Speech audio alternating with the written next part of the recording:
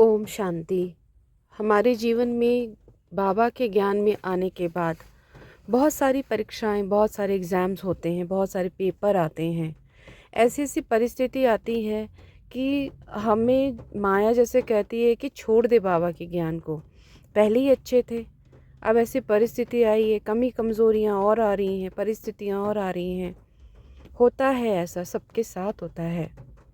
लेकिन तब भी बाबा को याद करते रहना है, ये तो हम सभी जानते हैं।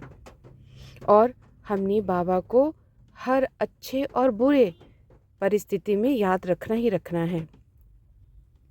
इसके साथ साथ जो अव्यक्त इशारे हैं, जो लिखे हुए आते हैं, हम उसे रोज़ याद पढ़ते भी हैं कि ये बाबा के अव्यक्त इशारे हैं। लेकिन प्रैक्टिकल में वो अव्यक्त इशारे क्या हैं? जब भी हमारे जीवन में कोई स्टेज आती है, कोई सिचुएशन आती है, तो वो हमें अव्यक्त इशारे ही देने आती है कि उसके द्वारा हमें परमात्मा जो है वो क्या समझाना चाहते हैं।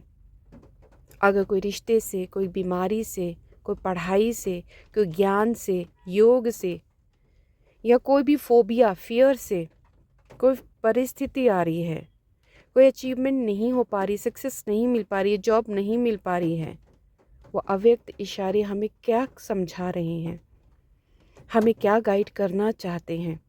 तो इन सब बातों को समझना बहुत ज़रूरी है, क्योंकि वो अव्यक्त इशारे हमें प्रैक्टिकल में आ रहे हैं।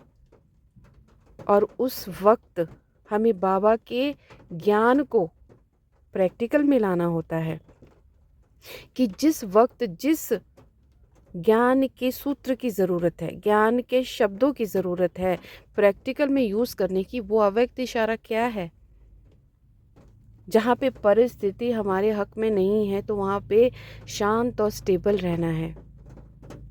जहाँ पे कमी कमज़ोरी है, बाबा को पकड़ना है, बाबा को देना है कि बाबा तू कर रहा है। जहाँ पे सेवा भाव आता है, सेवाएं आती हैं, सेवाएं मिलती हैं, चाहे मनसा वाचा कर्मा है, तो मैं निमित्त हूँ।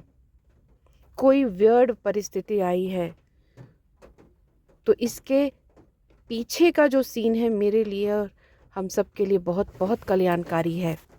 यह अव्यक्त इशारे हैं जो प्रैक्टिकल में हमें समझने होते हैं और ज्ञान को उस वक्त यूज़ करना होता है जहाँ पे मन भटक रहा है, उथल पुथल आ रही है, तो शांति की शक्ति की जो है हमें उस वक्त इशारा मिल रहा होता है।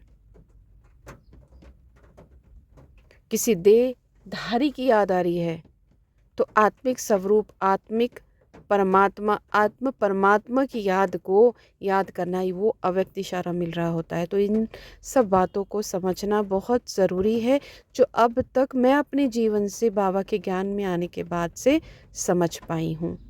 तो ये थोड़ा सा छोटा सा पुरुषार्थ था, जो कि मैं निमित्त हूँ और बाबा करण करावनहारा है, उसके आधार पर यह अव्यक्त इशारा जो आज मुझे मिला कि करावनहार बाबा है, मैं निमित्त हूँ। तो ये अव्यक्त इशारा अभी इस सेवा के द्वारा मैंने समझा है। ओम शांति।